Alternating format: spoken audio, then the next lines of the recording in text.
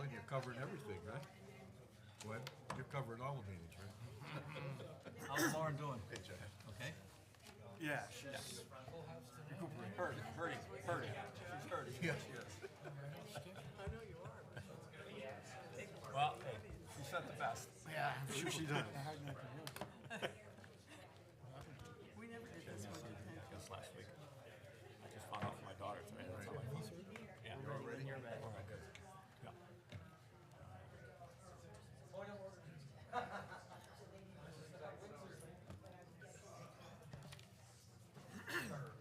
Everybody ready? Ready. All right. Good evening, everyone. It's 7:03. Open the regular meeting of the Winchester Planning and Zoning Commission meeting, November 25th. I'm George Clausen, the chair, Peter Marchian, vice chair, John Cooney, secretary, William Platt, Adam Paglioli is a seated member now, and Charlene Lavoie is an alternate, and Rista Malenka is an alternate. Just for the schedule of the public hearing, the first one is the 24-10-2. It's listed incorrectly. We did close it at the last meeting, so that shouldn't be as A. But what we'll do is run the meeting until about 9 o'clock, and if we need to carry it on further than that, we'll set up another meeting timer for that. What I'd like to do is have, when we get into that 24-11, I'd like to have Charlene, you could be seated, and Adam, you just sit that one out if you don't mind, since you weren't Yours, seated. Charlene was seated the first time. Yes, Right. just to keep the consistency of who's been seated on this. When we do that, we're gonna have 3-minute limit for speaking. If you've already spoke the last time, we don't need to go back over it again. But if there's new information or something else you wanna add, please bring that up. And we'll need a 3-minute limit on the speakers with your name and address. And we'll run the meeting until 9, like I said. The agenda, so do we have any public comment with regards to anything that's not on our agenda? Okay.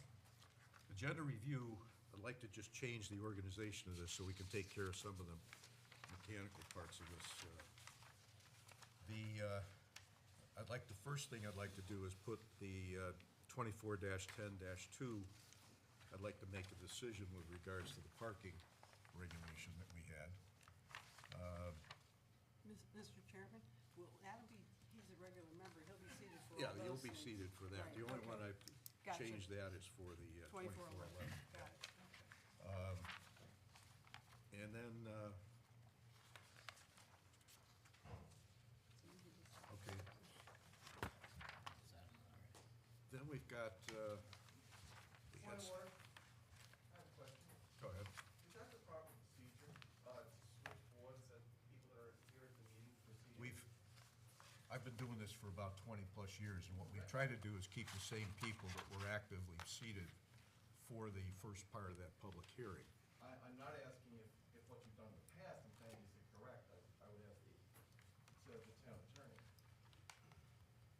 Well, yeah, if the regular member wasn't here and didn't review the prior transcript, he shouldn't say. Was the prior person here during that meeting? Yes, No, was the person here during the meeting, the alternate? the alternate was here. He was an alternate at the last meeting. So the proper procedure is to pick the 5 sitting people that you like tonight. What I've done through all these years that I've been involved here running the meeting is keep the same people seated that were seated when the first part of the public hearing went in place. I'm asking if that's correct for the town attorney. He just said it was. It is, yes, correct. Let me see. What was the other? We had another,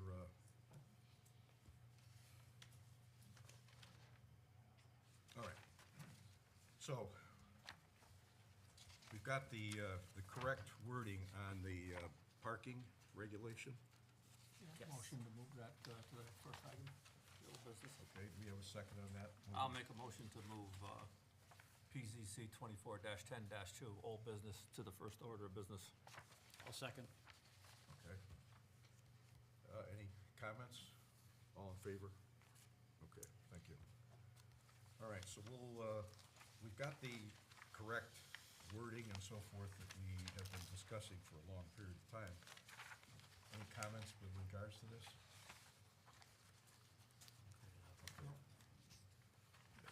So, yeah, I've got a sheet here someplace.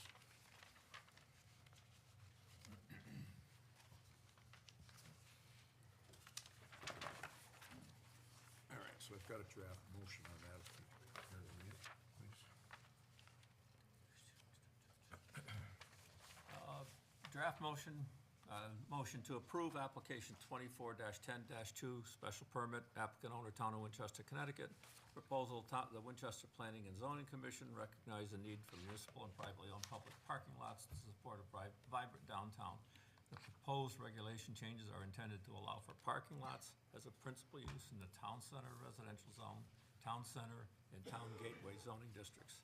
One, in evaluating this application, the Planning and Zoning Commission has relied upon information provided by the applicant, and if such information subsequently proves to be false, deceptive, incomplete, and/or inaccurate, this permit shall be modified, suspended, or revoked. Two, this application is consistent with the town's plan of conservation and development. Three, this application meets the criteria and standards of 3J common regulations, special permits, special exceptions. Do we have a second? Second. John, second. Any discussion on the motion? All in favor of the motion? Okay, let's attach this to the, what you're saying.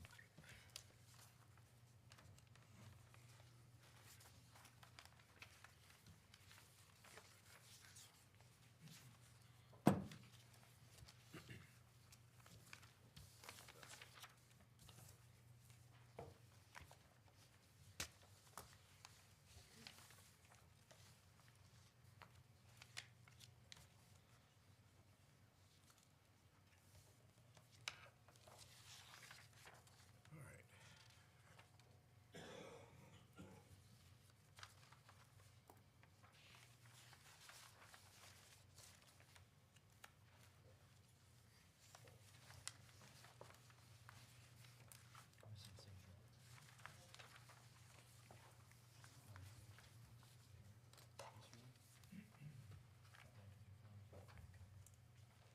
Oh, you know, yeah, I didn't sign it yet.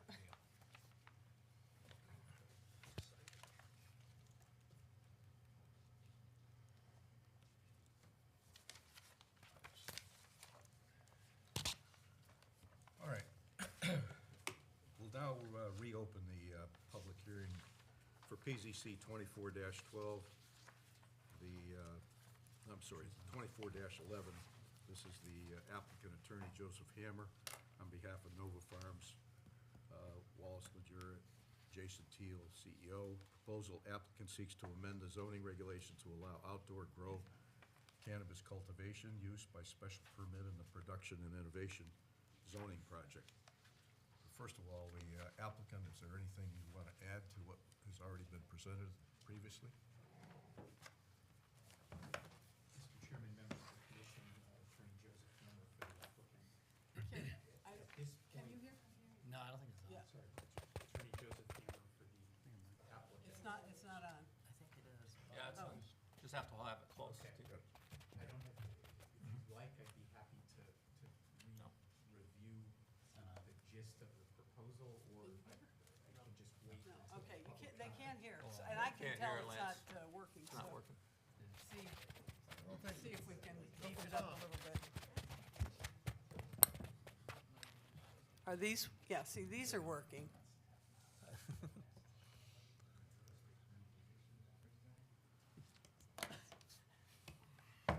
He's our technical guy.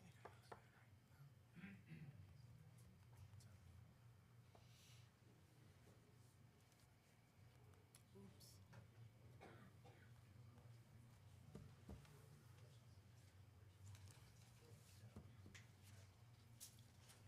So Glenn ends up having to be the technical guy by default.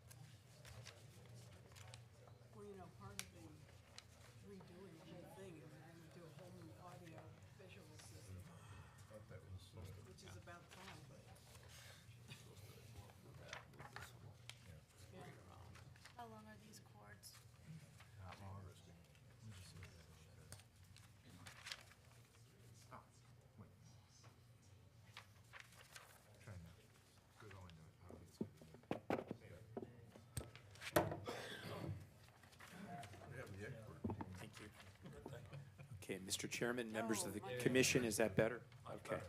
Attorney Joseph Hammer for the applicant.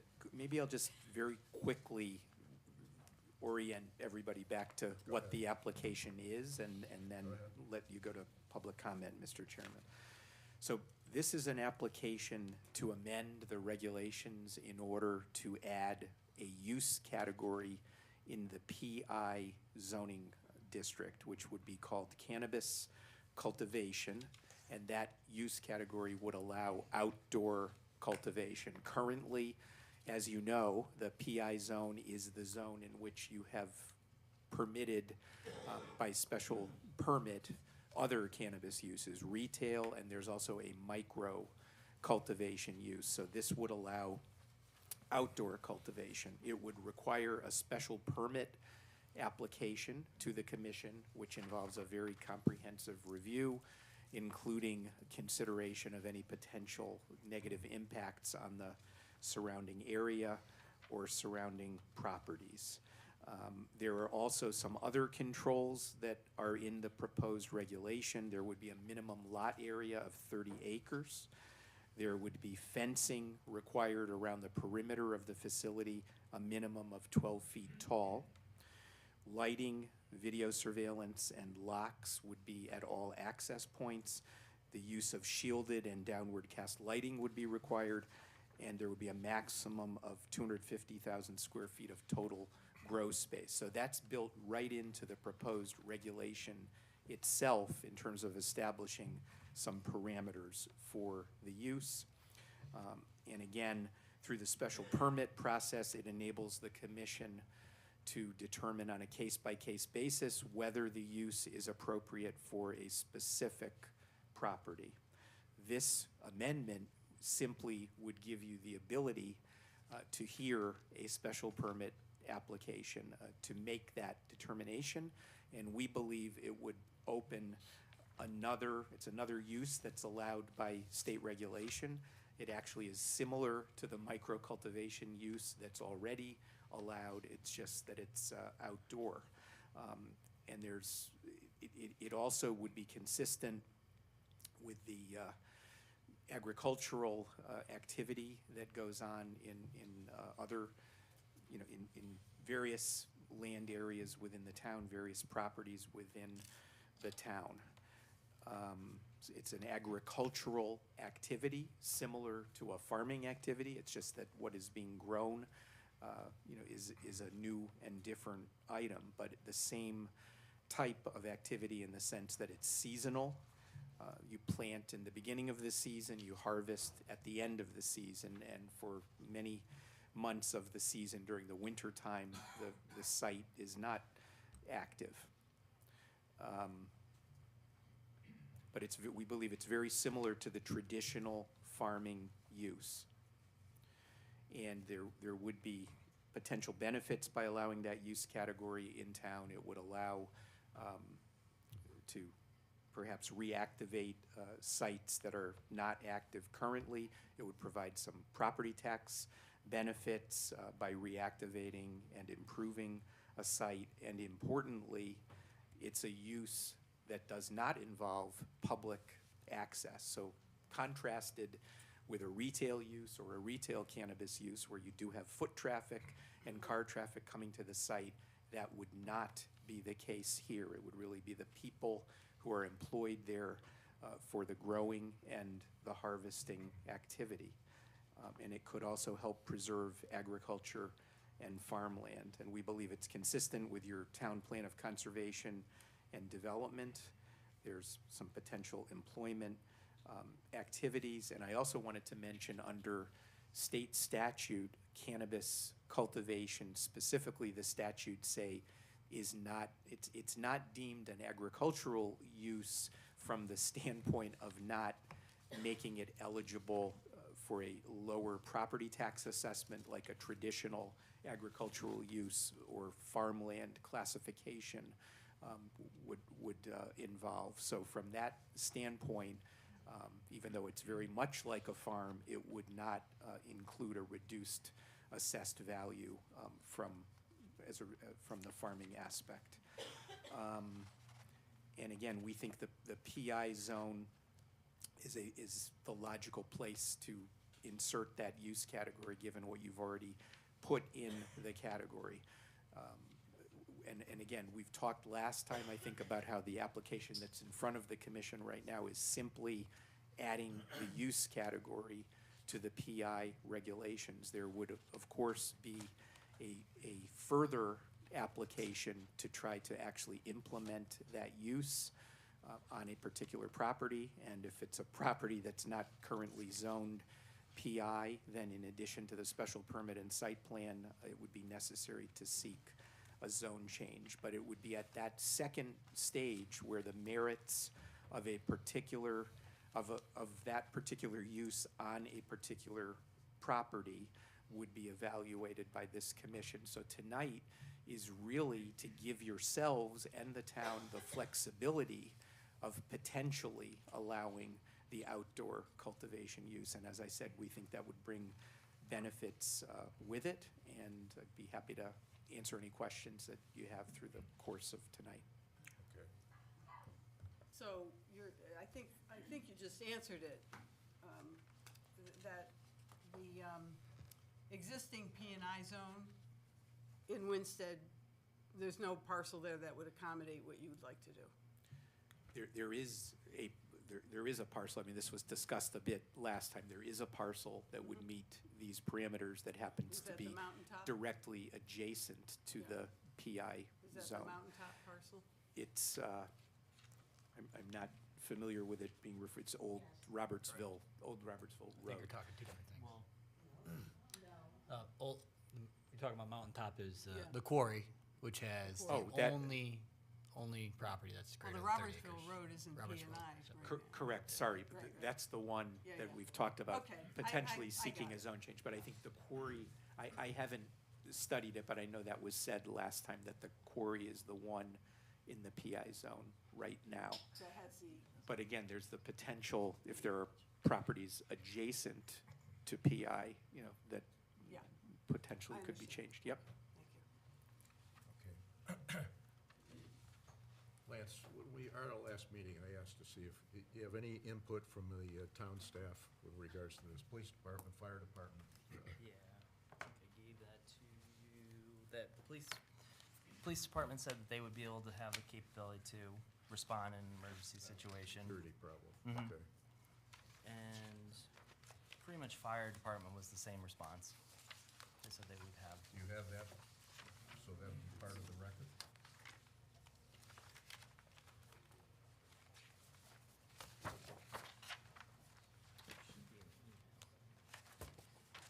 All right, It's in one of the emails, All right. but we'll make sure to include So it with the I can record. read, I have it right here, into the record, the police chief said, police department's capacities respond the same as any other business. We provide traffic support, scene security, and investigate personnel if there's a criminal element. Christopher CUG, Chief of Police.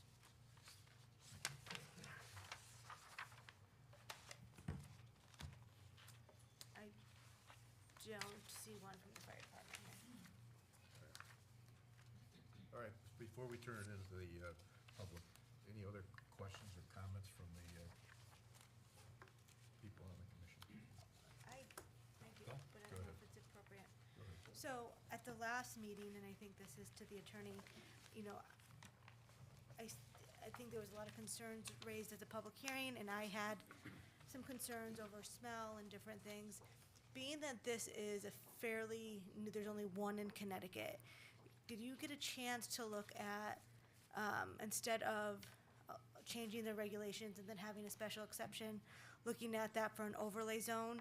Some of the things that I think would make me more comfortable, with an overlay zone, we can see the site plan at the time of the zone change. And so we can look at the site plan and we can determine if that, not that use, but that actual site plan is consistent with that site, and then we can put the zone on top of it, then the use becomes as of right. But it does give this commission a little bit more discretion because it's a zone change and not a special exception. And I think that, you know, this is fairly new use, and I think the site plan is critical to whether we want to allow it or not. So this would, I feel like, give us a better chance to look at the site, see what it looks like, and then determine if it's appropriate or not. Did you get a chance to look at that? Would you be opposed to it being an overlay zone, or is it, this is what you want to do? Have given some definite consideration to that and appreciate your comment. So first off, if any property within the PI zone currently were to propose this use, then you obviously would see a special permit and a site plan together at that time. To the extent a property not currently in the PI zone seeks to be rezoned into PI, and I can tell you that's what we would be contemplating doing, a simultaneous application for three things simultaneously. One would be the zone change, two would be the special permit, which would be tied to a site plan. So you would see all of those pieces together. You'd see all the specifics that you've been speaking of in terms of being more comfortable, in terms of exactly what the facility will look like, how it'll work, where everything would be located, from fencing to security to parking, structures, et cetera. It would all be laid out, and I think the sequence would be, you could have a hearing where you listen to everything all at once, and then as you proceed to vote, if you vote first on the zone change, which I think you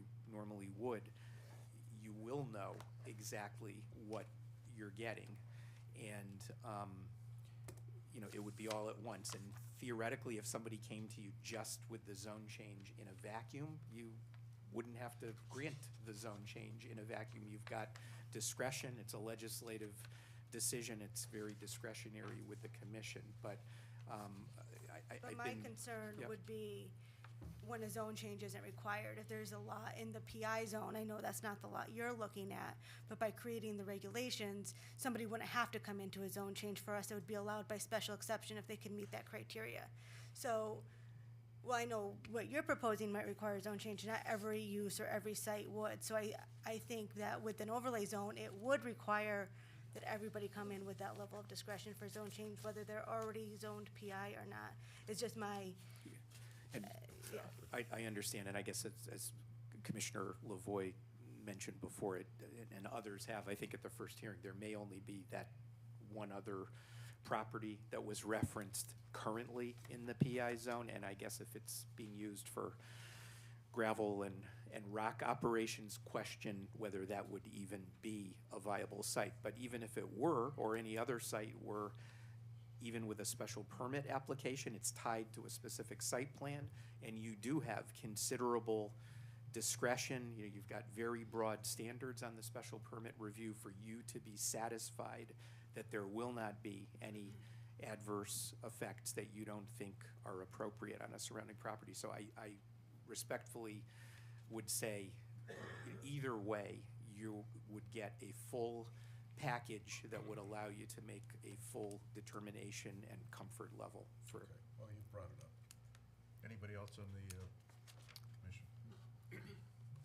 I'm curious where the 30-acre minimum came from, how that was derived, or Yeah, I think. compared to other sites? Sure, the intent there was frankly just, the assumption was that the commission would potentially be more comfortable if it were not such a low threshold that there could be, 100 sites or 20 sites. I mean, if there were no acreage requirement, we thought you might be concerned that anybody in the PI zone, regardless of the size of the parcel, could come in with such a proposal. So we were just trying to give you sort of a critical mass of land area that would be needed to do it, so that you would be comfortable that it wasn't going to happen, throughout the town, or at least be faced with applications throughout the town. Anybody else from the commission? From the public? Anybody here? Yes, ma'am. Name and address, please.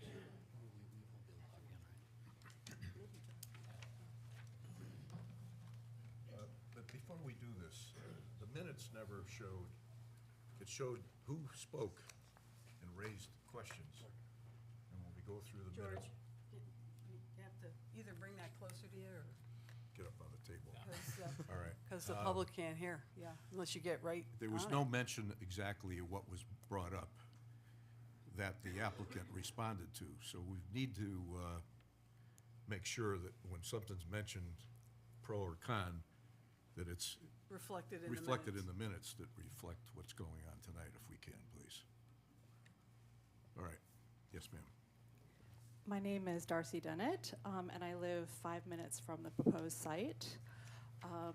I walk my dog near there very often, and I run near there. I am very concerned that a farm of this size could have an impact on the character of Barkhamsted. I know that it's on the very border of Winstead and Barkhamsted, which I think sort of presents some challenges. The Farmington River is a federally designated river that has wild and scenic designation that gives it special protections by the federal government. Less than 1% of rivers in America have this designation, so it's a very special river. The river that runs behind this site feeds into the Farmington River eventually. I believe that it's been said that it won't increase traffic to the area. It's a very quiet, lovely area.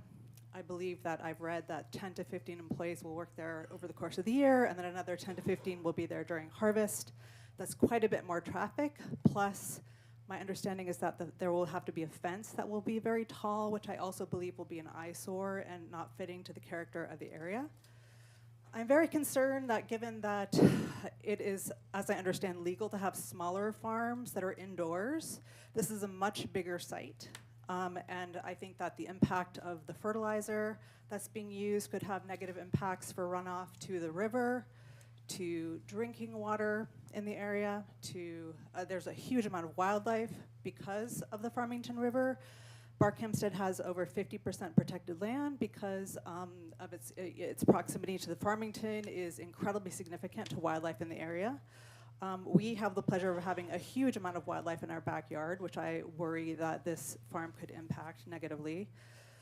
I'm sure that whatever revenue would be brought into the town is attractive to the town, understandably. In Alaska, I know that the residents of Alaska get each individual gets actually income from the oil industry there. So this will perhaps help the town revenue, but how does it help the individuals that live near this farm? I'm pretty sure it will impact our property values living near there, which is concerning. I heard the lawyer here mention that there would be security, which isn't particularly attractive to me. I'm sure it's to protect the crops, but still, I really don't want to have to live near a place that has need of security.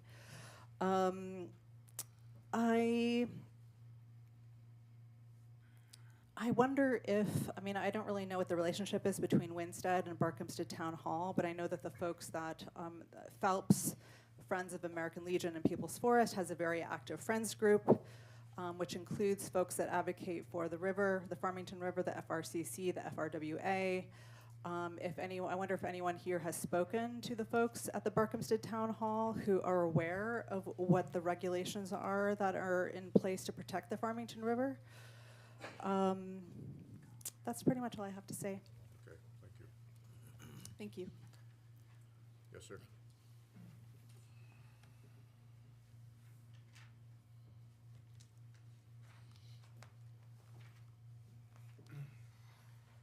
Good evening, Paul Marino, 678 East Wakefield Boulevard. Mr. Chairman, members of the commission, good evening. I come before you tonight not only as a concerned taxpayer, but also as a sitting selectman to comment on the regulation change that would allow for outdoor grow cannabis cultivation, which you currently have before you. First, I believe it's important to clarify exactly what tonight's public hearing is here to address. Tonight, we are not here to discuss the merits of Nova Farms' proposal. That will be reviewed and, more importantly, negotiated at a later time. Tonight, we are simply weighing in on whether or not we join other communities by allowing the outdoor growing of cannabis. As I look around the room tonight, I realize that for many of us, this idea feels odd. We have lived most of our lives with cannabis being an illegal substance. Those feelings are hard to change. If you had suggested to me a few years ago that I'd be speaking before a Planning and Zoning Commission as an advocate for cannabis cultivation, I might have questioned your sanity. And yet, in this ever-changing world that we live in, legal cannabis is here. Whether we personally agree with the states of Connecticut's legislation to legalize cannabis or not, our personal opinions cannot really be part of this decision. What needs to be part of our decision is how this benefits our town, and can we or should we stop this from happening? If this proposal were to grow produce, we would not be here. If this proposal were in fact to grow tobacco, which is another regulated substance, we still would not be here. And if we allow the cultivation of tobacco, how can we say no to cannabis? I would suggest that we can't or shouldn't. As a sitting selectman, I have a responsibility to the taxpayers in our town, and it's a responsibility that I take very seriously. We must strongly consider any proposal that can create revenue for our town. We need to look for any way to relieve the tax burden on our residents. Everyone here is keenly aware of the difficult budget we went through last spring. It was what I call a budget of reckoning. We had to deal with important investments in education as well as public safety that couldn't be ignored any longer. And despite several reviews of virtually every town expenditure, we simply could not offset these critical investments with enough budget cuts. Now, it's currently unclear exactly what revenue we can expect from the cultivation of cannabis, and that will be negotiated at a later time. But we will create some revenue. And when we had town departments looking for any small savings, any new revenue will have a positive impact. Clearly, there are some boards and commissions that should never consider revenue in its decisions. Inland Wetlands or Zoning Board of Appeals come to mind. I do, however, believe that the board or commission that controls planning and development in town can and should consider how their decisions impact grand list growth. Job one for the Board of Selectmen, our town manager, and frankly everyone, is the thoughtful development in town and grand list growth. It appears that the time to allow the cultivation of cannabis is upon us, and I urge this board to not only approve this regulation change, but to do so with a sense of urgency while we still have an interested party willing to invest in our town. Thank you. In the back. Come forward, please.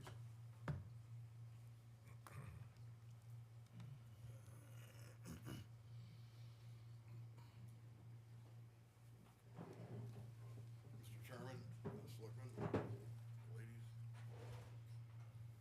I kind of approach this from a, Could you give your name and yeah, address? Richard Alling, 133 Wanty Road, Winchester Center, Connecticut. I've been in town over 50 years. Is that working all right? Keep it closer. You gotta have it close to your mouth. I've been in town over 50 years, and I've seen a lot. And the zoning change is a big deal. The zoning change to allow cannabis to come in is even a bigger deal. I had an opportunity to meet with a physician.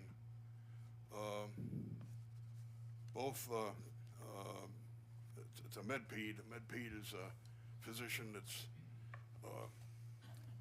degreed in pediatrics and internal medicine. And this particular individual has been through quite some education. Cornell Hospital for Special Surgery, Cornell veterinary work, and master's degree in engineering, Cornell Hospital for Special Surgery. Pardon me, I meant to that. Houston, worked with Michael DeBakey on vascular surgery. Other Steiner, he got his medical degree from Baylor. And Ohio State University, director of on the board of directors of Rochester Institute of Technology and Hospital Strong Memorial. President of his medical group in Canandaigua, New York. And I had an opportunity to sit down with him for about maybe half an hour 3 weeks ago. And I said, look, one of the things that bothers me is we see the youth in this community we live in seem to get up and like Winchester's a better place to be from than in, and maintain their lifestyle here. Our 3 kids, for example, they're all over the world, really, but they really didn't settle here. So anyway, what I was wanting to get the drift on was medically, what does that do if people get a hold of this stuff and they consume it? Now I know it's like you can say it's all over the place. It's many people are on it and whatnot, but and the reason I went into some detail on this education that this person had was that he's been around a while, 3,000 patients under his control. And he said that children in the 10, 11, 12, 13 range get on it, get a hold of this stuff, and it does permanently affect their capabilities. Now, I'm not a physician and I can't explain exactly what it does to the brain, but there's permanent damage. I said, well, how would that compare to alcohol? And he says, no comparison. He says that permanent damage would not be anywhere near what it would be with the cannabis or marijuana. So I said, well, say about an adult. Well, he says, well, you get to be 20, 21, 22, 23 years old, and it's really not going to affect you too much. So I conclude that to take and do something like this up there at that place in about as far away as you can get from my plot of land in Winchester Center, it's probably not a good idea for our youth. They're going to get into something. Now, it was kind of remotely mentioned here. My thought would be to take and look at that land and see what you could do to it to take advantage of the children that are coming through the school systems around this area. Here you got this consolidated system over in Litchfield, has Litchfield High School in it, and 2 or 3 others in it. And there's children that are coming out wanting to work in agriculture. You got Northwestern up here. There's ag students that are leaving. You've got a lot of support in the area. For example, if you want to take and make it very energy efficient, look at what happened down there at Black Rock State Park with the new DEEP headquarters. I mean, the heating system it's basically a carbon neutral. It's I don't think they have to buy any energy at all. It's really, so you got a lot of support here in the area from kids that would love to get into something like this. And you go into any grocery store, you pick out a tomato. I love tomatoes, and you pick out a tomato, product of Canada. You can do that here, and it needs a little money certainly to get going. But Jay Case is here, and he's involved in handling money from the state and putting it out to good resources. Maybe we could get together and investigate this rather than have it controlled by some other group. They get their nose under the tent, and pretty soon you're going to be probably doing some other things. 3 minutes, sir. So I will depart, but that's my thought anyway. I want to see our kids have a good shake in the town of Winchester. Thank you. Anybody else would like to make a comment or a question?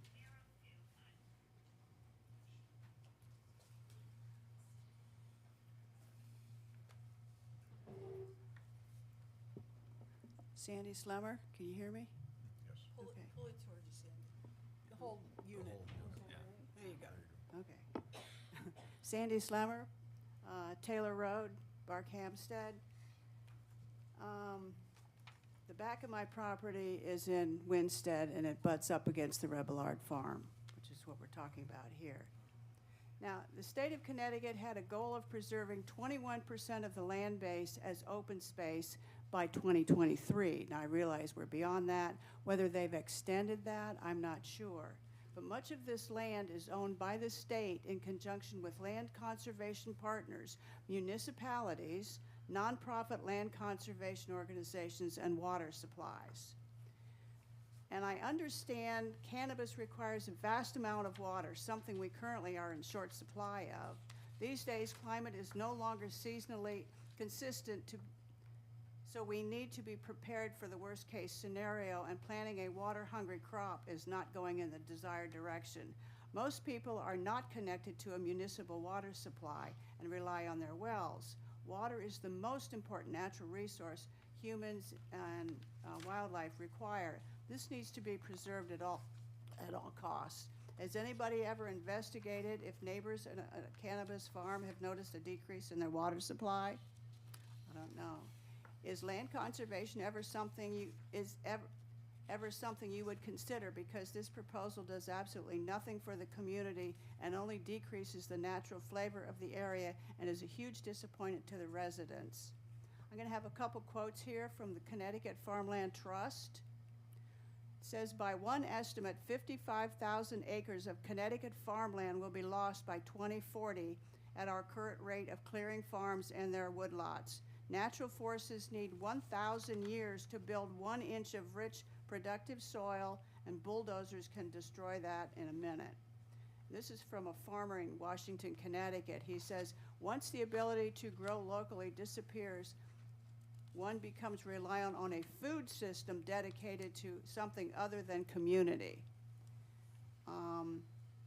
These are actually from the zoning for rural and residential, but part of the zoning says in there for R&R, it says, maintaining the natural and low-density character of these areas is the focus on these districts. Permitted land uses are limited and density is purposely low in these districts.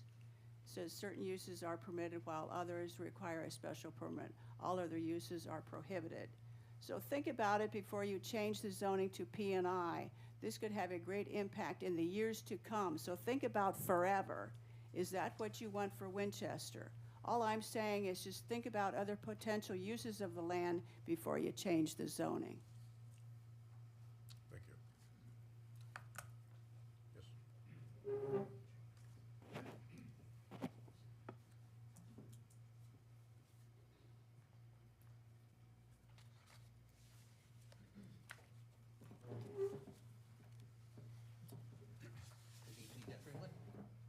Frank Oliveri, 108 Shore Drive, and a current member of the Wetlands Committee in this town.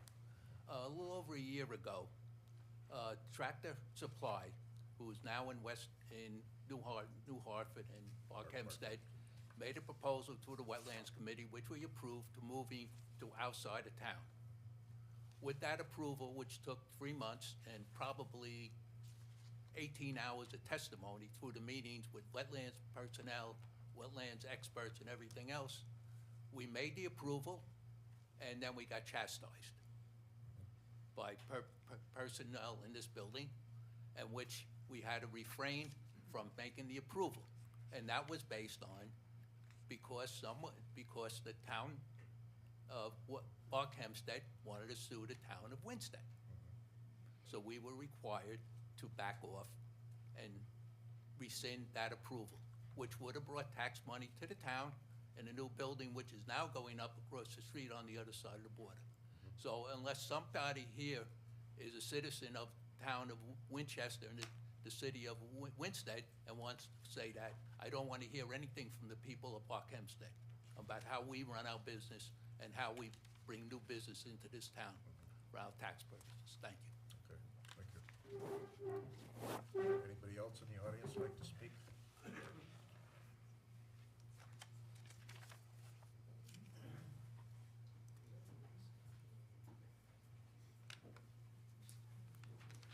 Hello again. Microphone work? I'm loud enough. First things first, I have a petition here from every neighbor except for 2. Can I get your name? Sorry, Brian Dwyer, 130 Old Robertsville Road. I'd be the neighbor. to the Revillard Farm. One more signature going on there. So, a couple concerns. Attorney Hammer just brought up a shielded downward cast lighting. We were led to believe that this would be a motion-activated lighting and not on all the time. Just something that just came up. Also, this is a small operation. Mr. Miller, right, is that? Had mentioned, it's just gonna be him on the tractor, couple farm hands when they plant, nobody's around all summer, couple guys when they harvest their crop, and then it's, flash frozen, put into a refrigerated container that's on site. There's no real buildings to tax. And then it's shipped off to Bridgeport for processing. So what happens when we oversupply this demand like they have in Massachusetts, and this farm is now deemed no longer profitable? What happens to this land? They don't want to ship it down to Bridgeport anymore, they got a place closer. Something to think about. He's also mentioned the furry cows that we all love, the Highland cows going in there, and growing vegetables. Sounds nice, but it sounds like just more tax exemptions. I know the cash crop isn't exempt, I guess. And then, you know, our wells, like Sandy had mentioned. There was also mention of a synthetic organic blend of fertilizer going in there. What kind of blend is this? I mean, they probably don't care about polluting their own wells since it's only going to water a cash crop, but the neighbors might care about it. My son might care about it. That might be all I have, real quick tonight. Oh, I am glad that the chief of police has found a surplus of funds to cover the security of this area. I was glad to know that we're working in the right direction as a town as far as that goes. And, yeah, I mean, I've been to the farm in Sheffield, the Nova Farm. It's really a beautiful property, but it's also a completely different scenario than what we have on Old Robertsville Road. This is about, I'd say 200 yards from the road. I don't know, a decent 5 wood. In the middle of a farming community surrounded by farms, which, you know, I believe Mr. Marchand had said that it's on the Housatonic River. The Housatonic River and the Farmington River are very different. I'd catch you a fish out of the Hoosie if you want. I'll grill it up for you myself. Thank you. Okay. Offer stands.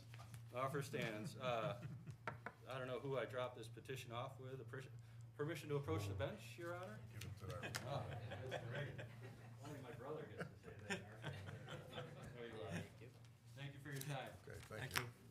Anybody else in the audience have anything they want to? Yes, ma'am.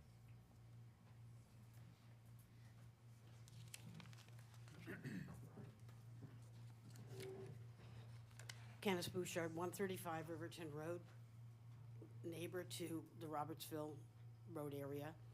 I don't understand why this petition is before us. I know you want to, other than take another piece of property that is not currently operating as a farm anymore or in an industrial zoned area. 30 acres on a quarry, I can't imagine that you can grow anything on that property, and if it is even for sale. Why isn't the town developing a PI zone down on Route 806, the southern border, where there is a lot of land and a lot less neighbors? Which road? Pardon? Which road? Route 806 or the, what is it, Rowley 800. going to? Route 800. 806. Did I say? 800. 800, sorry, Yes. I read it wrong. That is, that's got it zoned with a lot of opportunities there. Right, and it's designated as a town gateway, but not a PI zone. That's correct. So why don't we develop that? Why don't we offer the same down in that area as you're, considering up here? Why do we only have a PI zone on Route 8 North? Why don't we have it at Route 800? My concern is obviously for property value, since I'm a neighbor, but it also is, it's like a, the town was very clear in the 70s when they took the property that, they took 35 acres and created an industrial park. We're not creating food here, we're creating drugs. And we have a drug problem in Winsted. you know, whether it's, you know, starts, we have an alcohol and drug problem in Winstead. We have drug problems in Winstead. I don't look forward to accepting funds from a farm that's producing drugs for our children, because I think we should be addressing the needs of our children to begin with, psychiatrically. And to hear about having to have guns in schools right now is beyond anything. But, you know, I'd rather see, if we are going to develop something as a plan, I didn't know that we have a micro growing thing that was, you know, amended to the original plan. I had only voted for a medical marijuana facility.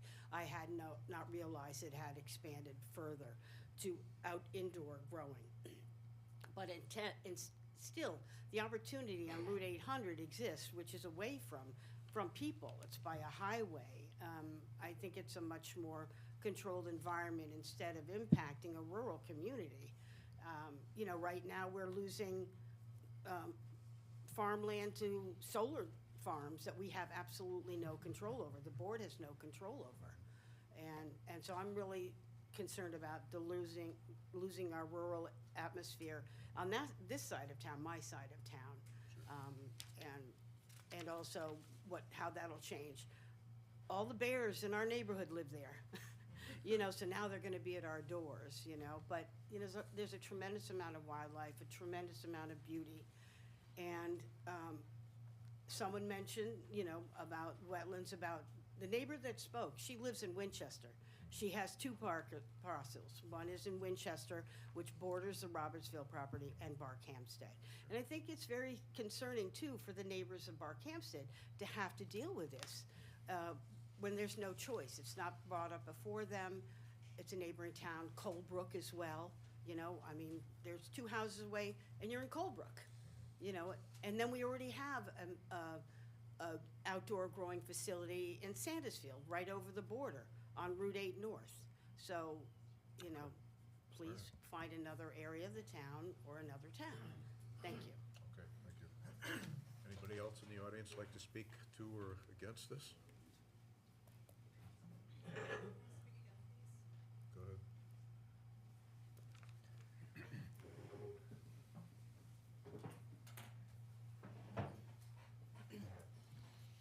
My name is Darcy Dennett. I live 5 minutes from the property on Taylor Road. A few things. I read an article in the Republican American that said specifically that it would be 10 to 15 people that work there year-round, and then another 10 to 15 for harvest. So it doesn't sound like a small operation to me. It's an outdoor facility. We're talking about a huge increase in acreage, so there has to be an impact on the environment as far as runoff goes. As someone already mentioned, it's similar to farming. It's produce, but it's very different from farming in that we're not growing food. Food is a necessity, and cannabis is a luxury. We have to have security for this operation. There will be lights, so it's very different. I just attended this past weekend the World Water Festival, in which they play films about water security from all over the world. There's a startling similarity in these films from all over the world in that, and experts from Columbia University were speaking about water scarcity. We are heading into a time in our world where we will no longer be able to just run the tap and imagine that the water will continue to run. You know, 5 minutes from this site, my husband's really worried about our well drying up. We're careful about not watering our garden. We don't water the flowers because we're worried about water. We're careful about watering the tomatoes because we're worried about water.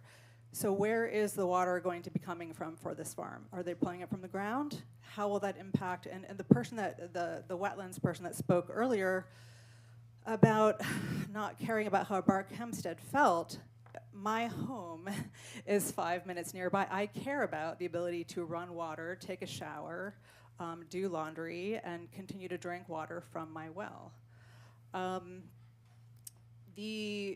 There are wetlands behind where I live, behind my home. We're not allowed to do anything to those wetlands. I'm pretty sure that a neighbor was saying. Can I just stop you for a second? This isn't about the actual development.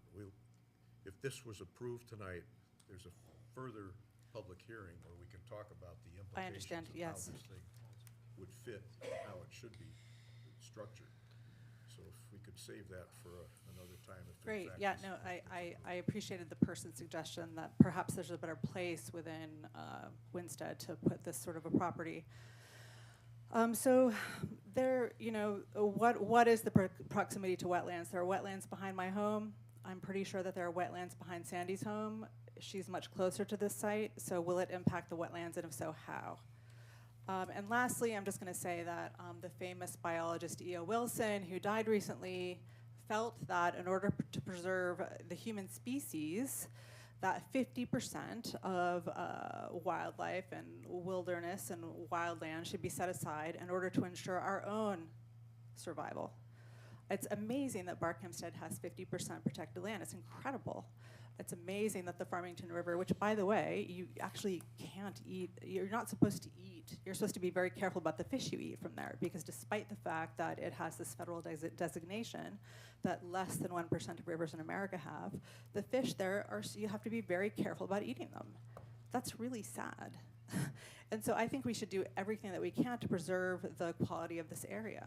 And because it borders Barkhamsted so closely, and because this river that's behind this site flows into the Farmington, I think it would be great to do everything that we can to protect this area. Okay, thank you. Thank you. Anybody else in the audience have anything? Yes.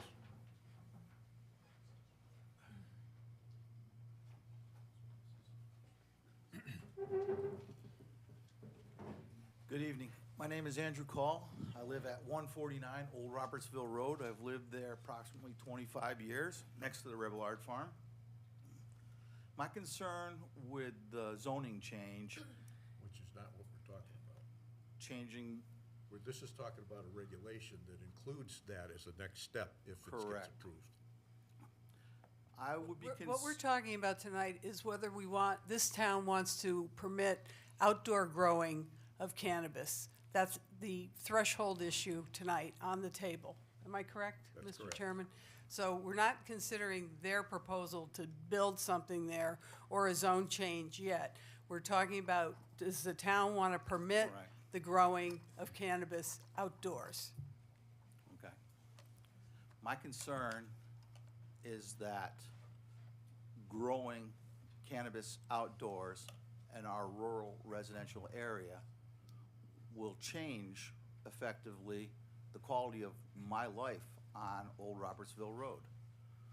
Having that kind of traffic, which they say is not a lot, which it will be detrimental to the rural neighborhood. So I would be very cautious in approving it, that's all. Okay, thank you. Thank you. Does anyone else in the audience have anything to contribute to this, add to it, please? Yes.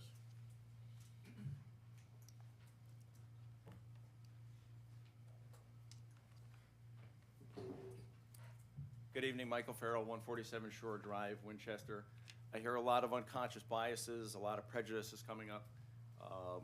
I would just encourage the commission to be reminded that this is business. This is business for the town. I'm not a big fan of marijuana, but that has nothing to do with why we're here tonight. And a lot of people seem to want to opine on that. This is not the venue for that. We're here to conduct business, and you're to consider return on investment and any changes you make. We're not here to talk about or consider the merits of marijuana, whether it's good for us, bad for us, shut down the liquor stores, tax the nippers, stop ChemLawn from putting chemicals on your neighbor's property. It's not germane to this commission. Thank you very much. Does anyone else have anything to contribute? Okay, any? Go ahead.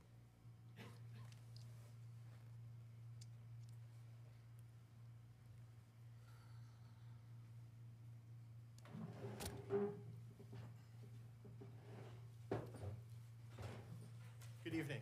Todd Archulowski, 291 Colebrook Road. I'm here today in my position as mayor. In full disclosure, I was not in favor of the state of Connecticut legalizing marijuana, but the legislature in Hartford approved it. It is now a legal substance here. As mayor and as a resident, I have seen that we've often been deemed a town difficult to deal with because we shut down projects before we even give them a chance to explore them. So I'm here to voice my support for the board approving this amendment to the regulation. Many of the questions that were asked tonight, they'll be answered further on down the process if this moves forward with the site plan. We'll talk about the lights and the security practices and procedures, what it's going to entail for the town for cost. All those things will come later, but we have to give the business an opportunity to show us what they can do. If it's not us, there's 168 other options that are available to them. Thank you for your time, and I would recommend that you approve this amendment. Thank you. Does anyone else have anything to contribute to this, please? All right, any questions from the commission? Make a motion to close PZC 24-11. Second. And it's been seconded. Any discussion of the motion? All in favor of the motion? Okay, that's closed. Thank you. The next public hearing is PZC 24-12. You have the notice of the, for both 24-12 and 24-13, please.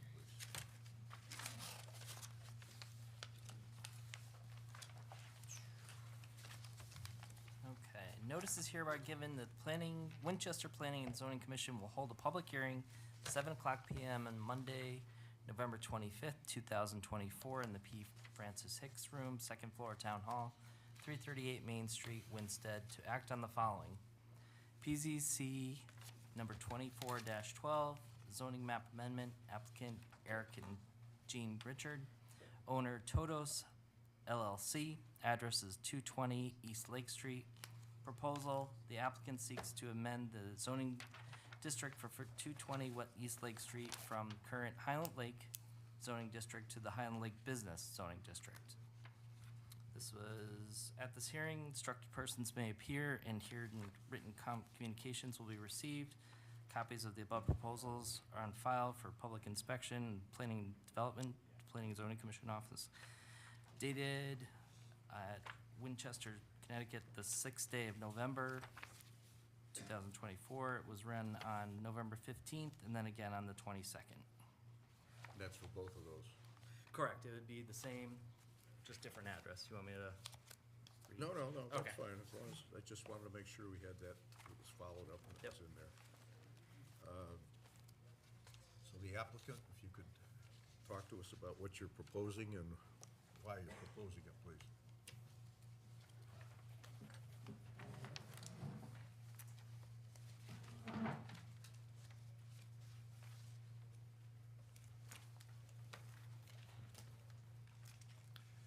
Good evening. Thank you for taking the time to listen to us tonight. I'm Eric Richard. This is my wife Jean. We own the inn and the marina at Highland Lake. We just completed our 6th year of owning the marina, and with a lot of hard work, support, and new friendships, we're looking to grow. Being a lifelong lake resident, I have seen the high points and low points of the marina. I think the marina is at one of its highest points right now, but feel there is still plenty of opportunity to grow and make it better.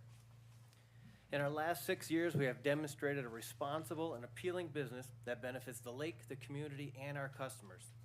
This is why we are asking to rezone 2 abutting properties into the Highland Lake Business District.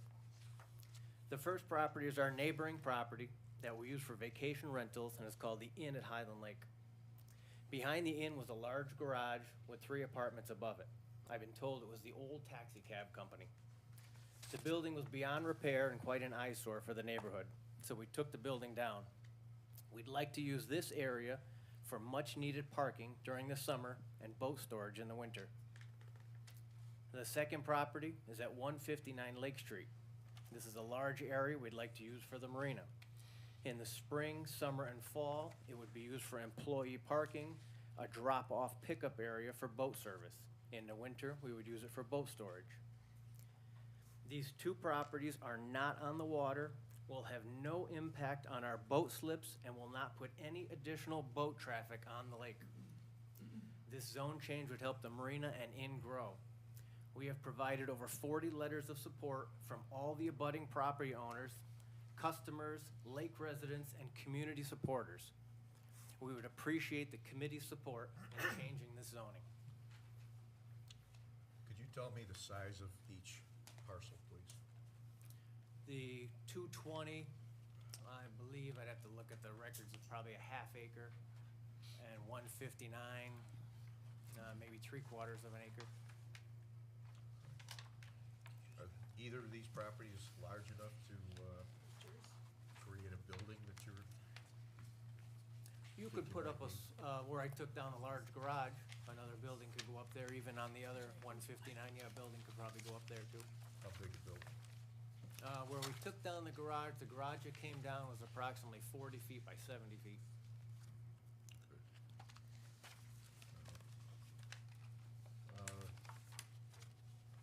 What's the current use of each of the property? You own these properties. Yep. What were they, I mean, the one is the building that you rent out for people to stay in. Yeah. Okay, what was the other one on Main Street? The other one's just an open lot, and then in the back is a multifamily house, two-family house. Okay, so what's the status gonna be on that? It would pretty much stay the same, only now I'd be able to use it and open up a little more of the land for parking and storage.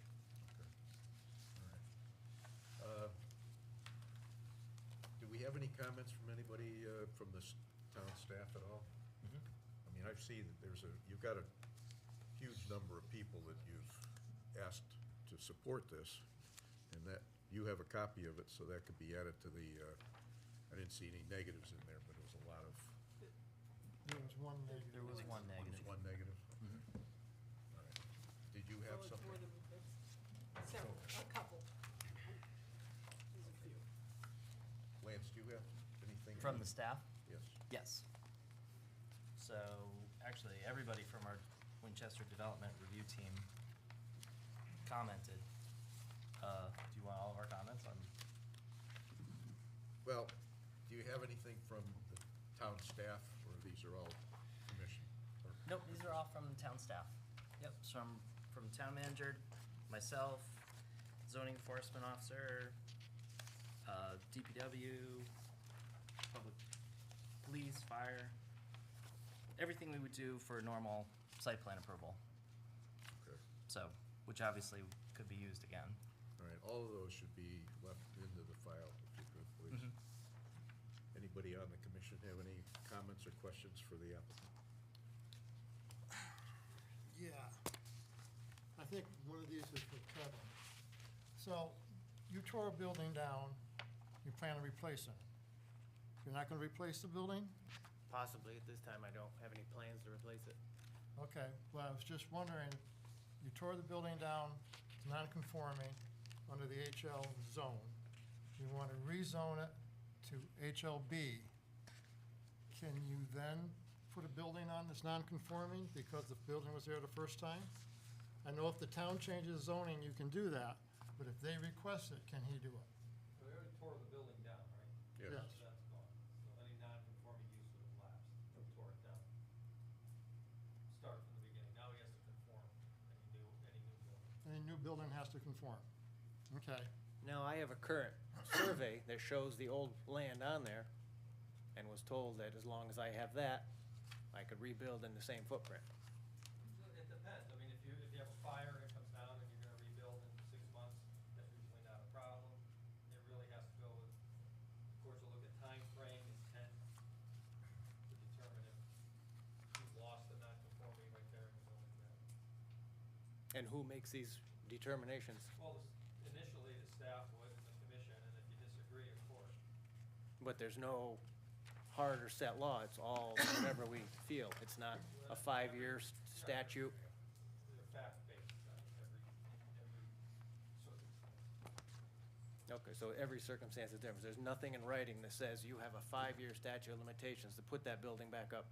No, there's no fixed time. I think we had one, we had a year in the regulations, but of course, really, there is no, typically a court will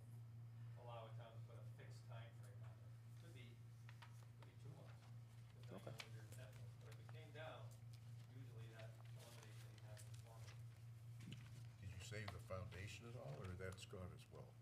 Yeah, there really wasn't one. It was kind of on slab. Okay, all right. Okay.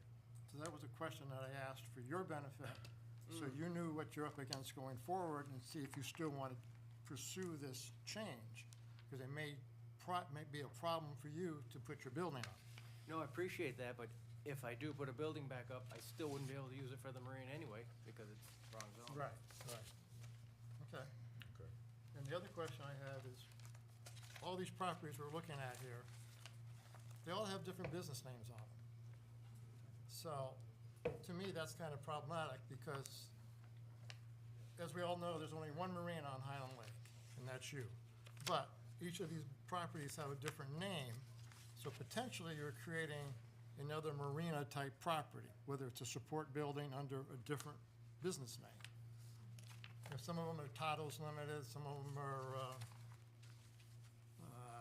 Hidden Acres, and I forget what the Blue Door is, but they're all under different business names.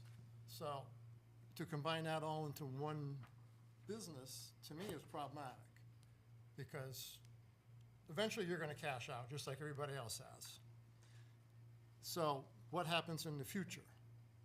You know, are we gonna have a bunch of different little, we're approving this for you because you're doing a great job, first of all. That's done a great job there, great improvements, everything's good. Everything's in order all the time. I have no complaints. I'm just looking at some of the things that for the future and for your benefit. So the fact that they're all in different names is kind of a problem. And down the road, I could see, but at this point, we're just trying to change the zoning. Yeah. So I don't, it doesn't affect this decision, does it? That would affect a special permitted use once we change the zoning? I don't know the answer to that question. That would have to be Kevin. I've always understood that zoning runs with the land and not Yes. necessarily with the property owner. Oh, that's So for sure. so having multiple property owners wouldn't really change any of the approvals. Multiple property owners coming for the same type of business. You know, he wants boat storage under HLB zone, there's marina as part of the deal. And so now we're authorizing multiple businesses to have marina-type businesses.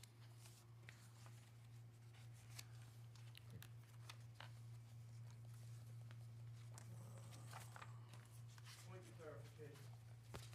Go ahead, sir. If you're correct, the zoning will run with the land. The ownership and the separate ownership involved has nothing to do with the zoning at all.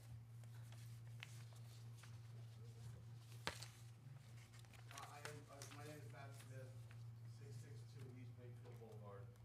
I have 40 years of experience in zoning. I'm an MAI and a general space representative. Okay, I testify on this case. thank you. We're about to pass regulations for parking for principal use. I'm curious if that will fall in the current zoning, if that's your intent to use it as for parking, right? I don't think we allowed it in the Highland Lake business. I gotta look. Not Highland Lake Business, but Highland Lake District. HL. Is that the new? The new. Parking? No.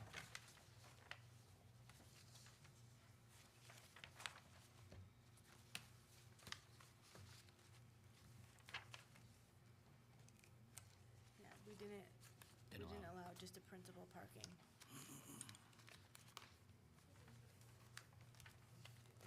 It could be added to the existing facility if it's rezoned. Correct. If it's HLB, right? Yes. Yeah.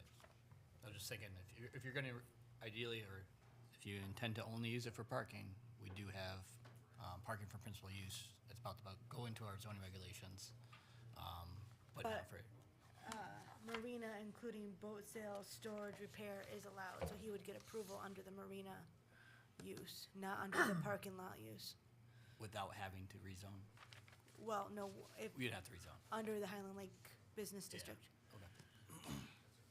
He's, by making it Highland Lake Business District, he's making some of the uses, I think, more conforming and allowing him to carry out his business on those sites, which right now, he can't. Well, it's getting shoved to other properties. Right. All around town. Okay, anybody else on the commission have any questions of the applicant? I don't. Yes? No. Okay. Anything? Anybody in the audience have anything to contribute with regards to the application? My name is Stu Jones. I live at 199 East Lake Street. I own 208 East Lake, 210 East Lake, 201 East Lake, and 199 East Lake. I'm here to support Eric and Jean in their efforts. They have upgraded the marina.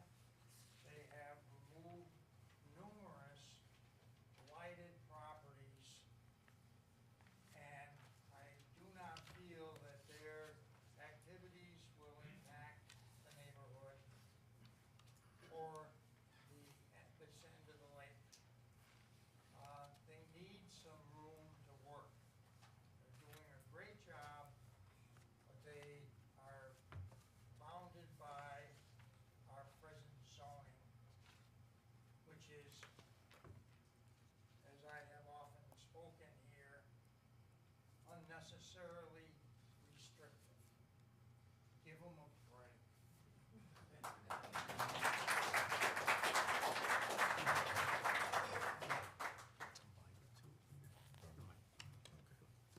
Anybody else?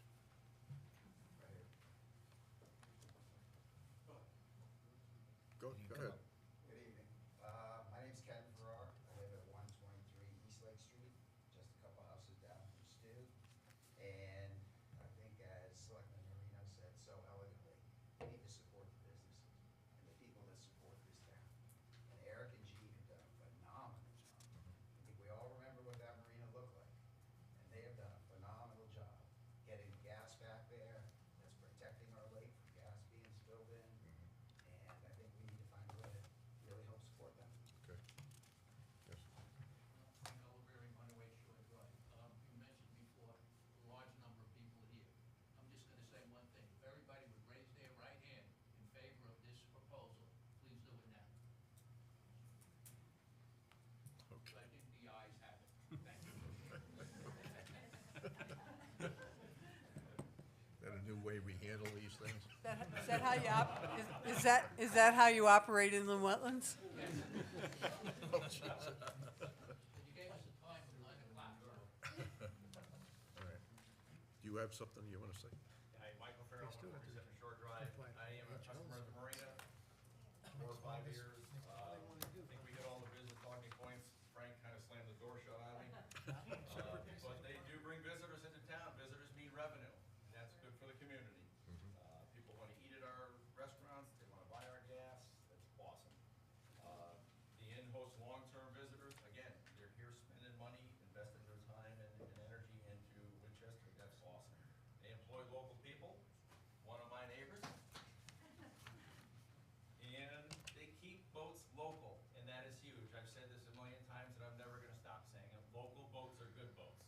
And anything that this commission or this town can do to limit transient boating into that lake is a home run for that lake and this community. Okay. So in that regard, I wholly support this, and I hope the commission does too. On a personal note, they're raising their family here, they're local people, they're engaged in the community, they've invested in Winston. This one's a no-brainer. The ROI is off the charts in this one. They sell lemonade. I do, yeah. There could be some child labor laws. I did support it, so I would be complicit. So I wholeheartedly support them, as clearly the floor does. Okay. All right. Anybody else in the audience? Okay. George. Troy. Yes. Troy Lemire, 51 Morgan Drive. I'd like to reiterate what he said. I had the opportunity to spend a lot of time this summer at the lake. The Richards really care about their business. They care about the lake. They bring in a lot of people to the area. And I'm solely for this, and I'm also a slut. So, thank you. Okay, thank you. We won't hold that against you. Yes, ma'am. Kathy Extra, 105 Forest Avenue. Also, customers of the marina.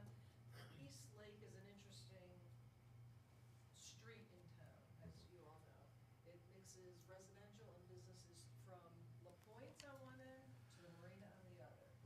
What you're doing here is allowing them to expand a business that supports the lake, supports the community, brings tax dollars into town. If you do not approve it, you're not doing justice. Thank you. Anybody else have a comment or question?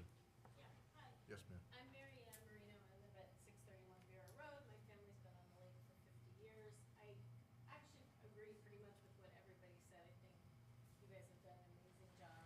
It's a wonderful business. I'd love to see you turn that inn into a restaurant. It would be awesome.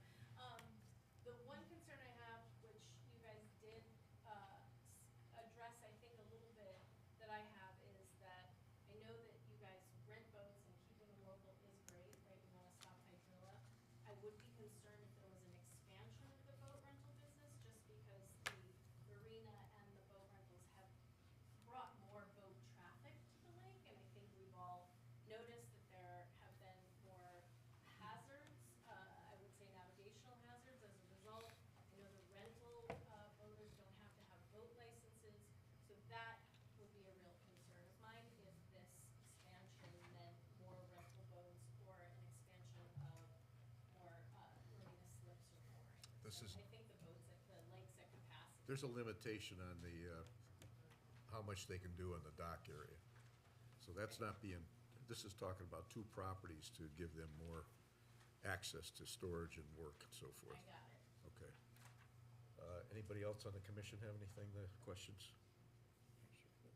May I have a motion to close the public hearing? Make a motion to close public hearing PZC 2412. Then do you want to include 13 in that also, or not? Yes. And please. PZC 2413. That's both properties? Both properties. Second, any comments or questions about the motion? All in favor? Okay, that public hearing is closed. Thank you. Under new business, PZC 24-14, special permit application, applicant Paul Selnow, architect Shadler's Selnow Associates, owner Winchester Housing Partners Incorporated, address 179 Pratt Street. Proposal provide an adaptive reuse of the existing Bachelor Elementary School property by converting it into 35 units of affordable housing units with related interior program spaces and parking. This needs to be set up for the first meeting in December. That's enough time. Ask them to be quiet, because they're leaving, so we can hear you. Wait. All right, this is, do we set that up for the first meeting in December, please? Tonight? I'll make a motion to accept PZC 24-14 special permit application, applicant Paul Selnow, architect, for the Winchester Housing Partners for 179 Pratt Street, with a public hearing on December 9th, 2024 at 7 PM. Okay, do we have a second? Yeah. Okay. so we- Comments or questions with regards to the motion? All in favor of the motion? Okay, thank you. 6 is old business. We've already taken care of the parking part of it. Okay. PZC 2411, which is the growing operation that we just closed, that public hearing. Is that anything anybody wants to make a motion for? Let me see what we got here. I've got a motion here.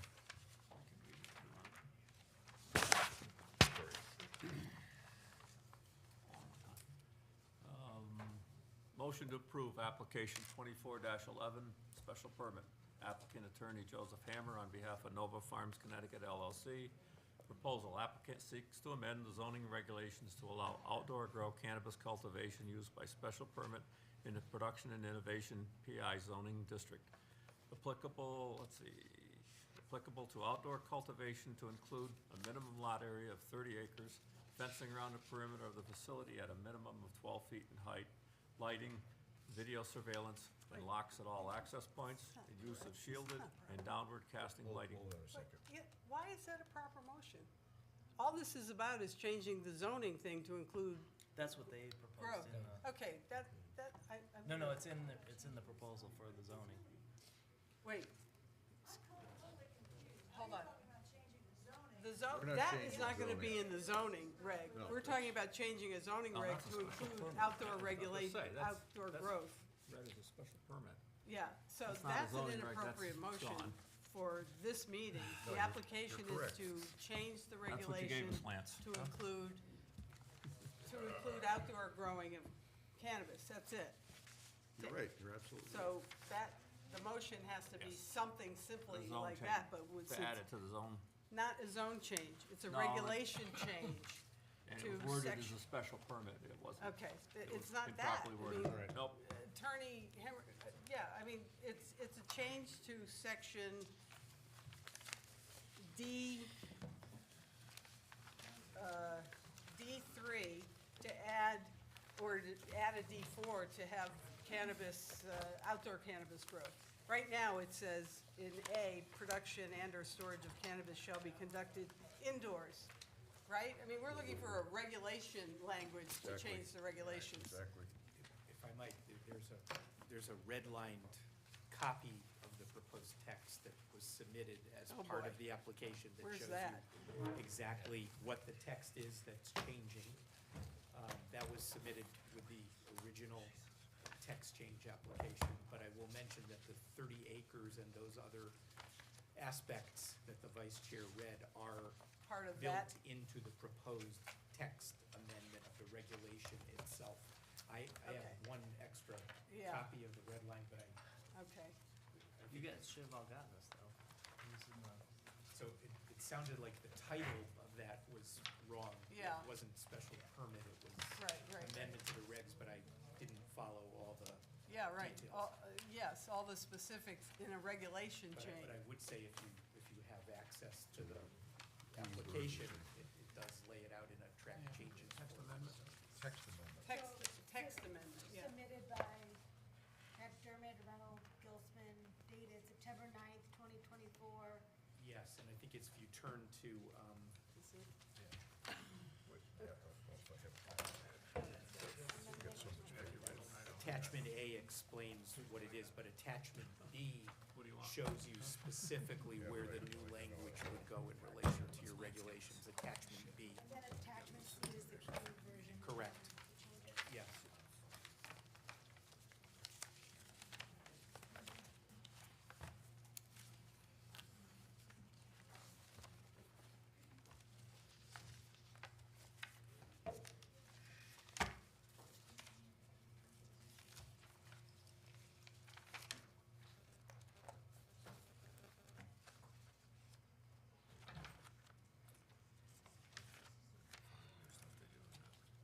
Okay, well, that's a, 1, 2, 3, 4-page proposal, text amendment proposal that they've submitted.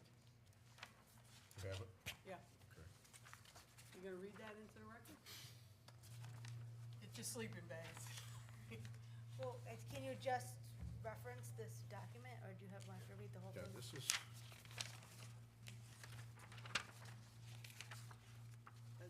this is dated September 18th. Now, that's from Just, yeah. Lance. That's correct. He's doing that. You never get the date of it. Yeah, Yeah, just reference it. okay, here's the suggestion here. Yep. Read, same as this. or- Here it is.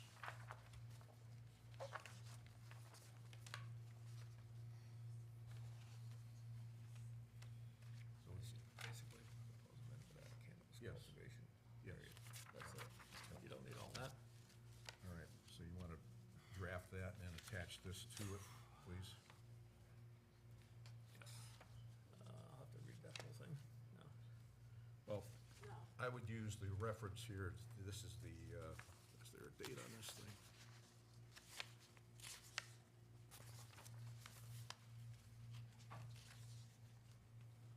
What's What about attachment C? It's the clean version. It's attachment C, is Yeah. the reference. Keep going, It's George. on the last three pages. document.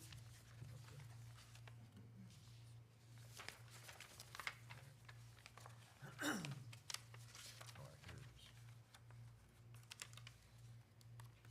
So it's a proposed amendment to section 4D, cannabis establishments, and section 5, glossary of terms and phrases of the Winchester zoning regulations pertaining to cannabis uses. So here, this document is terms. Why don't we attach this to the, to this and include what it's talking about here. New motion.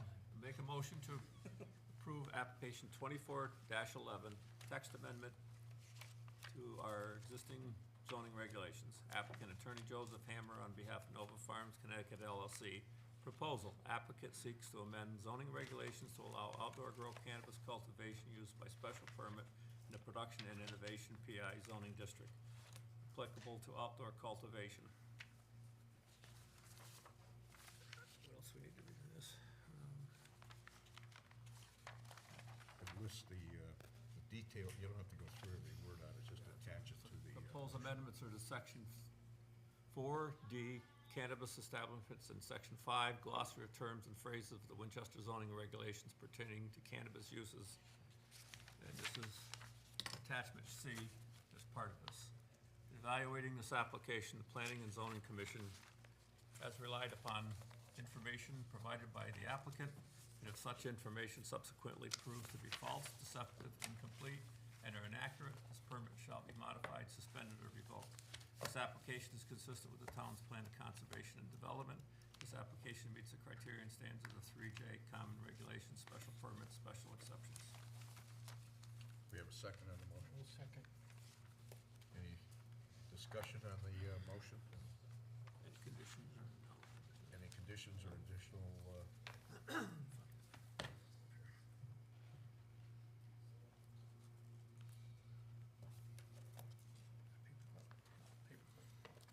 Paperclip. Here.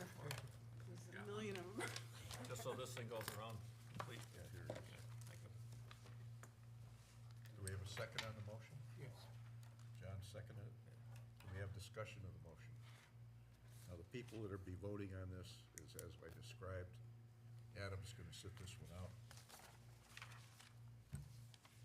Okay, no comments with regards to it? Okay, so this is a positive motion to approve. So all in favor of approving this? Wait, no, we can discuss it now. I just asked for that. Yeah, I'm sorry. Yeah, then go ahead.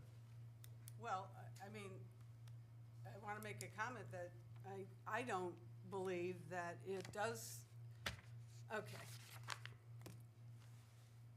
There's an existing P&I zone, and this commission in 2016, and again, in any amendments since then, has determined what it wanted, or what it was, what we decided, I wasn't on the commission at that time, was appropriate in terms of cannabis, of the foray into the cannabis establishment.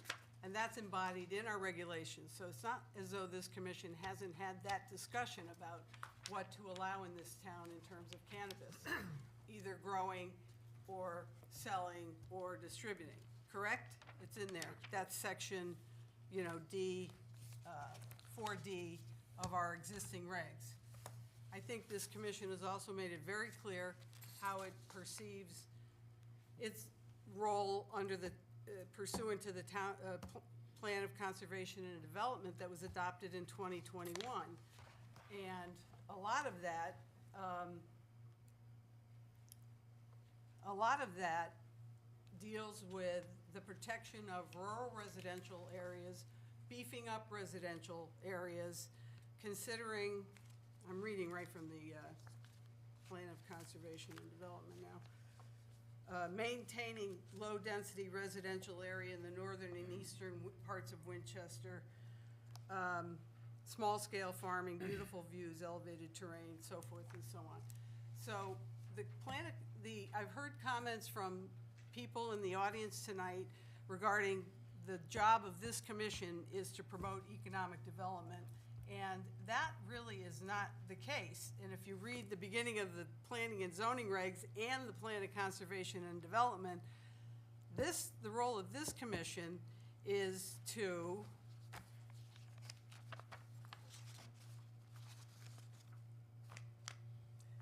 further the policies, the plan of conservation and development. There are 20 listed in the regs. Please read them, because the very first one is to promote and protect the public health, safety, and welfare of the inhabitants of the town, to encourage the most appropriate use of land throughout the town, thereby conserving the value of properties, to regulate the height stories of buildings, okay, to regulate the density of population, so forth, to divide into, okay, other things. There's nothing in there that says that this commission is promoting economic, we have other commissions to do that. We are to guide development in a manner which recognizes the importance of the natural environment and the town's natural resources. That's number 14. To guide development which minimizes impacts to wetlands, watercourses, flood-prone areas, hillsides, surface water and groundwater resources, and other sensitive and significant features of the natural landscape. And to, okay, so you get the point. There's a lot of that kind of language in the zoning regs and in the plan of conservation and development. I think this commission has already considered what it wanted to do in terms of the foray into into cannabis, the growth of cannabis. One member of the public said that we should join other communities that permit outdoor cultivation. There are a number of communities in the state that do not permit that and have already specifically prohibited it. So, and somebody else said the return on investment was the key goal, not of this commission. And we don't even know what the return on investment is, as stated by the applicant. I think that I've heard enough, I've read enough, I know enough about our regs and our plan of conservation and development. I've heard enough from the public here tonight that I'm going to vote no, that that planning and zoning does not think that the growth of outdoor cannabis is a good idea. And I could probably go a little further and say in a rural residential zone. So that's my position. Thank you. Any other comments with regards to the motion? No, because it's a motion. Tell me. Tell me what it is. Do you want to hear from the planner or no? No. All right. We had a public hearing. If you wanted to comment, you were welcome to comment. Anything, Willie? Just like my statement before is the changing of the property to P&I, and then when cannabis goes away, we have to change it back to rural residential. Is that a road that we want to go down? I mean, we're going to be changing to suit that business. I personally would like to have seen this regulation put in the rural residential, and we controlled it very strictly. That's what I thought. But, and the reason cannabis was in P&I is because we were looking at micro grows, and no other community had any regulations on outdoor grows. And we weren't willing to go down that road trying to create that. And we just took the micro grow regulations that were around and put it in P&I because it would be an indoor grow. So that kind of fit in the industrial park. You could put a greenhouse in there and do that. So that's my statement. Yeah, I think we spent a lot of time developing the plan of conservation and development, and then we reviewed it, passed it again another time. We did, and one of my things, the town has just preserved a large area of open space with funding from the state of Connecticut to preserve all our watershed, and got a huge income from that. And I think that should be one of our objectives, to try to keep open space. And I have one more thing to say, because under the existing regulations for the cannabis micro-cultivation, there's a stipulation in the regulations already that all micro-cultivation establishments shall be ventilated in a manner such that there are no detectable odors at the property line. This commission has already considered that concern of odor from cannabis growth and production. So it's not like we haven't thought about it. Again, I wasn't on the commission when these were adopted, but this planning and zoning in this town has considered these things in our small town with our limited area here, and that's what we came up with, and I'm satisfied to stick with that, and not expand it to outdoor Well- cultivation. When the state approved cannabis in the state of Connecticut, I was on the commission, we talked about it, and I said, before we do anything with it, let's go to the Board of Selectmen and ask them if they're interested in having this take place in town. And they came back and said yes. So we worked on trying to come up with a regulation that would fit what we felt would work in the community, and that's why it was put in that way. So we've already asked the Board of Selectmen of how they felt about it, and then we had public hearings, and I never heard anything about outdoor growing, and we didn't consider that then. So I think, you know, we did put a lot of effort into the regulation change and to add these things to it. We had public hearings with regards to it, and then that's what got put into the regulations. So,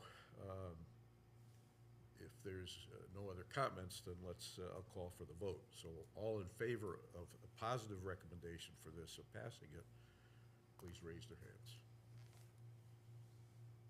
All opposed to this regulation change? Is there anybody abstaining?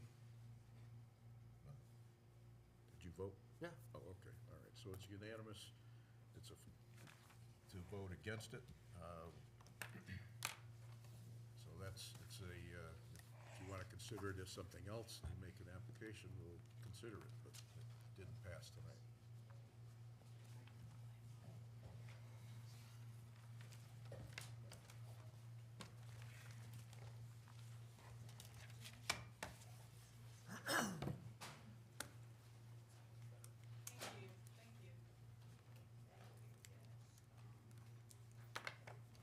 All right. Get the right sheets in here. Okay. Vote on these two separately. Yeah, we got two other applications we have to make a decision on. That's PZC 24-12, so we'll tackle that first. That's 220, let's see what we got here.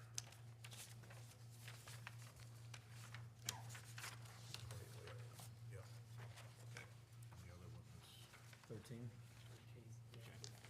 I'll make a motion to approve application 2412, special permit, applicant Eric Richard, owner Tatos But, LLC. again, it's not a special permit. That's a zoning, It's a zone zoning change. map amendment. Thanks, Lance. These are cut and paste, so sorry about that. Do you read these before you give them to I us? didn't look at Because this is every meeting we get this shit. And it makes us look pretty stupid. Thank you.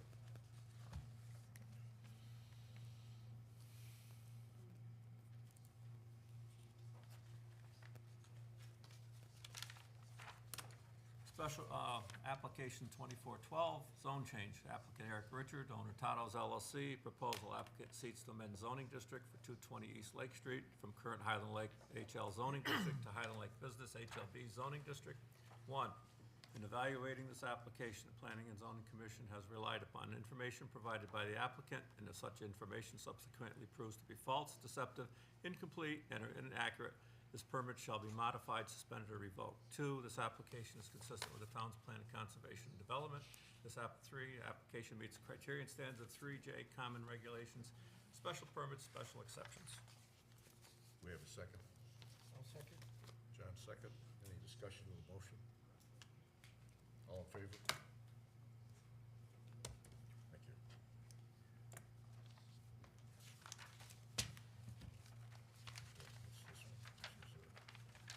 This is a zone change, it's not a... Yep, I'll change that again.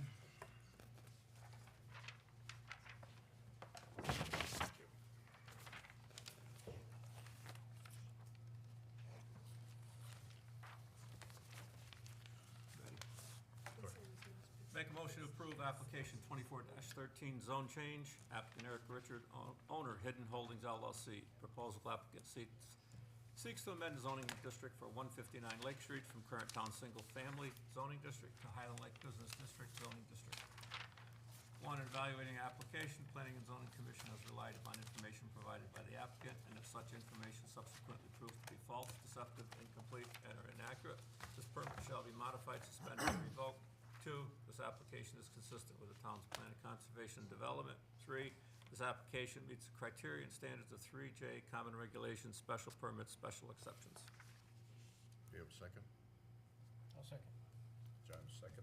Any comments, discussion of the motion? I have one thing to say. We're putting these things in the Highland Lake Business District, but they have to follow all the regulations of the Highland Lake Zone, Yes. because that's what's written in here. So it's not that they're getting a free pass. They have to follow the existing regulations on lot coverage, impervious surfaces, and all of that. Yes. Okay. Any other comments with regards to the motion? All in favor? Unanimous.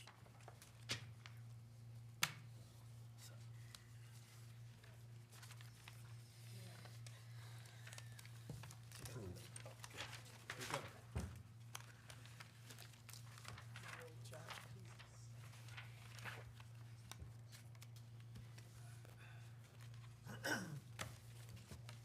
Congratulations.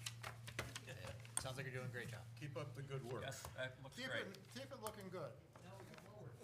Yep. It's okay. Now you got work to do.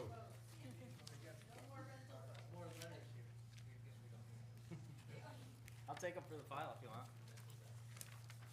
All right, what's the next one? All right, the other, number 7, other business, this is just to review the proposal for the 2025 meeting schedule. We can talk about it in December. Approval of minutes. I went through these minutes, and there's a listing of all the people that commented at the first public hearing, but nothing was said in the minutes with regards to the Positions they took. the positions they took.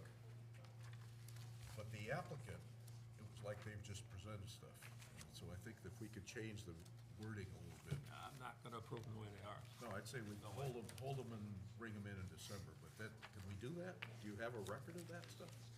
Make that correction here, and that will, Well, I don't have a record of it, so if we had a tape. Yeah, we have them from YouTube and the tape, and I did ask Lauren to do more of the dialogue between the two.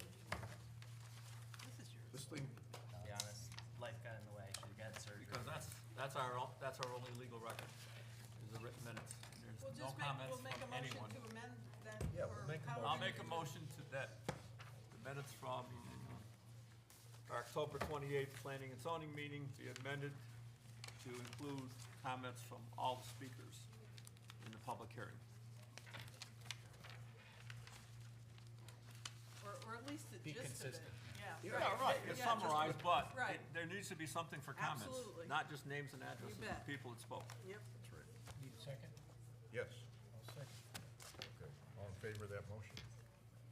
Thank you. I think the minutes, other than that, because that's important. when we Everything have else in public it hearing. looked fine. Yeah. No, the rest is fine. That was my big problem I with got it. two copies for some reason. Oh, you took mine. No, you didn't. Here. This isn't Did it recorded. go off? Oh, the battery died. You lost your battery. All right, so we'll carry that to the next meeting. 8:20, that's this. Communications. Okay, yeah. Number 9 is Communications Office of the Town Manager, November 21 letter. 824 referral of 5 land parcels and 3 properties or structures. Let's bring that into the December meeting, please. Yeah. Yeah, so take a look at them in the meantime. Have already. Saw 'em all yesterday. We're talking about the list of properties. Yes. Yeah, Yeah. it's 8 properties, yeah. All right, do we have any other comments with questions with regards to what's going on here? All right, the first meeting in December is where officers are elected too, for who's gonna be in what position. Are all the terms accurate? There was no party listing, are you listed at a party? Me, no. She's unaffiliated. Unaffiliated? You didn't have anything that came up for planning and zoning for expired terms. I'm pretty sure you're good until the end of next year. Re-up you and you. Yeah, but you didn't have anything listed as far as a party affiliation. And most of everybody on here, I mean, I've registered. Yeah, I'm on there. I'm affiliated. Yeah, she's unaffiliated, so that's, yeah. It's not on the Oh, listing. oh, oh, That's oh. all I'm Website. saying, Listed as just so it's unaffiliated. complete. I have it. Okay, it wasn't on You the have it? internet. I didn't see it. Yeah, it wasn't on the internet. When we went into the town site to look who was on it. I don't, You don't manage that? Who does that? Terry? Terry? upstairs, yeah. Well, the person that did it is gone, so we're all trying to fill in. Can you Oh. just, The spreadsheet that I have that you Has- should have and has whoever the everybody's- liaison. okay, well, let's see if we can get it on the website. 'Cause when you look at it, it's the only person that doesn't have it. Okay. Any other questions for Lance? You need some help. I need some help? Well, these draft motions and so forth don't Well, help us. you're right, I should have looked at them, I apologize, but yeah, Well, who does Shane, it? Shane did them, she cut and paste. It's fine, we'll get it right. Yeah, but send them up to one of us so that we can review it ahead of time. Email it to us before, George and I both, Okay. so We can we do can that. see it. Because reading them out to the public Right. when they're wrong, it's. Because I it's feel not- stupid reading this stuff. Yeah, it's Just not- sitting here meeting it's not after right. meeting after meeting, Yeah. and I have no Well, it's been a control over while, it. but yes. Because we don't see them till we make a motion. The moment you're reading it, yeah. Well, I mean, it was a long time we didn't even have them presented, so now Yeah. you're doing that. Right. But let's get them right. Any other comments from the commission?